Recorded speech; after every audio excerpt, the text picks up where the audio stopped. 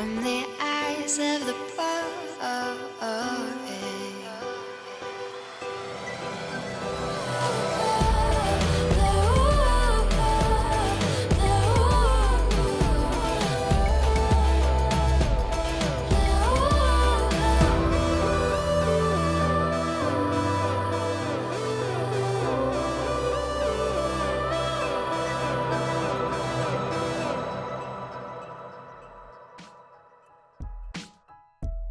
Once we got to Seoul, I gathered up some of the other adoptees to start sharing some of the experiences. And like any good Korean, we bonded over drinking. All right, so now that we're all together, one of the things that I wanted to do to kind of get us set off is I wanted to play some Korean drinking games. For whoever the loser is, not only you have to drink, but we're gonna be bringing out some traditional Korean snacks, and you have to try a traditional Korean snack. This actually looks delightful. Okay, so we're gonna play. No, it's either you or me at this point. I was so careful, yo. Okay. The pressure's on. Right, steady hand, steady hand.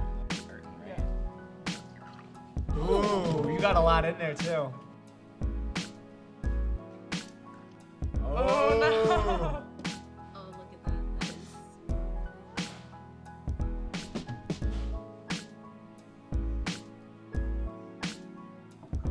Oh no, no, no, no, no. Oh, yeah, that counted. Oh no. All right, Siri. Bring that down. Damn, okay. Good job.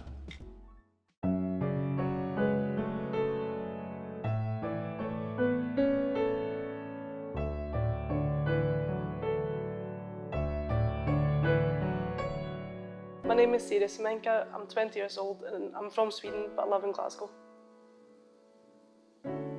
So I grew up in a village called Skutskär. Quite small. I don't exactly know how many people are staying there, but it's just a couple of thousand. Just kind of the same old people who's lived there forever and will live there forever. I guess growing up as an adoptee in Sweden, it was quite difficult in the way that I didn't have anyone else I could really relate to, whether it was being adopted or it was even just being Asian. Because of the community we lived in, it was majority white people, and my adopted brother is also white, and my family is white. I think that they didn't really realise that I would actually think about the fact that I looked different. I think they were just like, we don't see it that way, so no one thinks of it that way.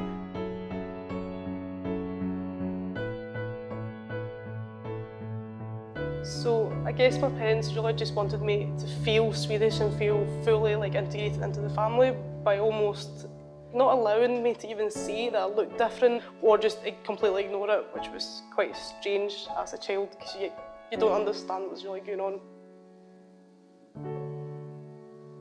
When I was adopted, my parents actually came to Korea to pick me up because they wanted to experience Korean culture, they said, and they wanted to be able to tell me about it when I was growing up. I don't know if it's me to this day or if it's them, but that's created this image, but what they told me never sounded like good things. People didn't understand them and they couldn't get a fork, they couldn't eat anything, everything was strange, no one spoke English, and it was just this weird culture where nothing was right. Nothing worked the way it should work. Korea just got a really bad image in my head, and that's been the way that's kind of shaped my outlook on going back or even accepting myself as Korean. I think it made me feel pretty isolated, and sometimes I see myself in certain makeup or in certain clothes and I go, oh no, I look so Asian, I can't wear that. Because I always focused on being as white as possible. For example, if I was at a friend's place and we were ordering food, they would always go like, oh, let's order Chinese, she'll like that. So even if I wanted that, I would always say, no, I want pizza. I've just felt really uncomfortable with the stereotype that's been put on me.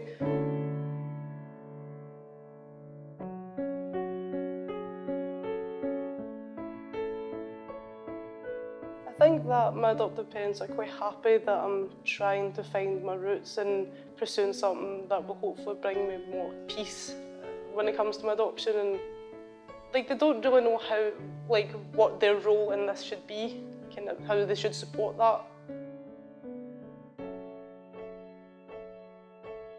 Spending the week surrounded by Koreans was an amazing experience. I don't know, I felt like I connected with people on a different level, because I don't connect well with people in general.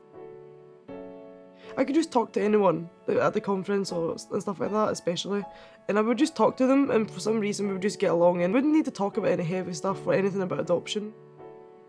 It was just such an extraordinary experience to meet people with a similar background. One of my favourite moments was definitely going out with Sue and Chloe, the two Korean girls that I met. It was so different, like, it was so similar to hanging out with friends I have back home, but it was also so different. But it helped me feel a lot more Korean as well, because they would teach me simple things that I didn't know how to do, like even just like the placing out the cups, pouring the drinks, putting the chopsticks out. So that helped me feel like I could actually like blend in more, like there wouldn't just be like a sore thumb everywhere by doing all these like things completely wrong.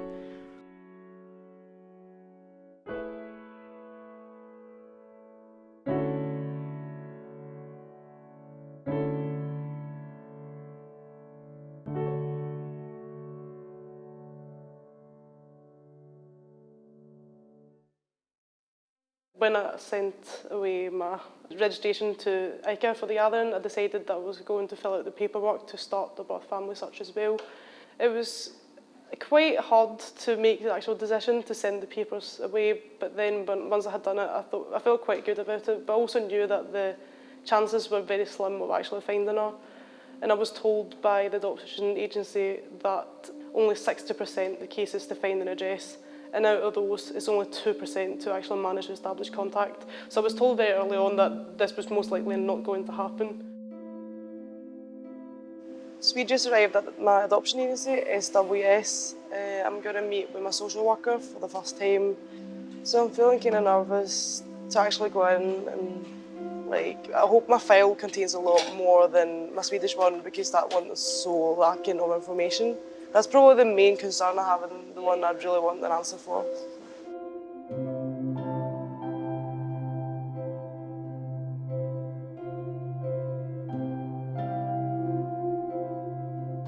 So the meeting went quite well, but I felt that I didn't really get much answers, so that was slightly frustrating.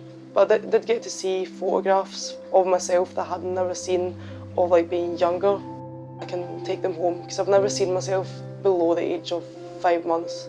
I also feel that it was hard to get actual information about my birth mother because I've been doing the search, but apparently like the information has been really weird because it's been going through the Korean agency and then to the Swedish one, and they've been contacting me, so there was a lot of gaps, and when I tried to ask questions about that, I didn't really get any answers in that either, so it's kind of frustrating, and I don't know, it's slightly upsetting that you can't actually ask anything and get a real answer when it's your life and your story. Like, that they're kind of holding in their file and they won't tell you what it actually says.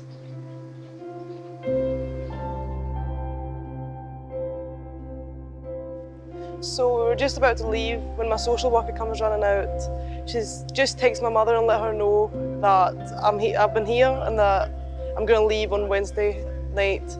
And she thinks that my mother might actually want to come to Seoul to meet me. So she's going to let me know later on in the afternoon if we're going to meet tomorrow. So that's that possibility all of a sudden, which is quite shocking considering everything was going really badly. And now they kind of changed, hopefully for the better. So we'll see how that goes. Yeah.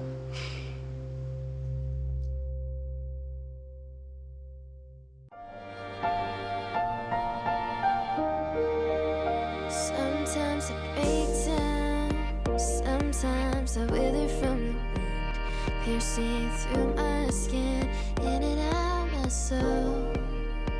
And then I realize that all I've ever learned to love is something I can never truly understand. You're just like a mystery, tell me what's underneath. I just want to figure like the shape of your silhouette. Hey, NBC News fans, thanks for checking out our YouTube channel. Subscribe by clicking on that button down here and click on any of the videos over here to watch the latest interviews, show highlights, and digital exclusives. Thanks for watching.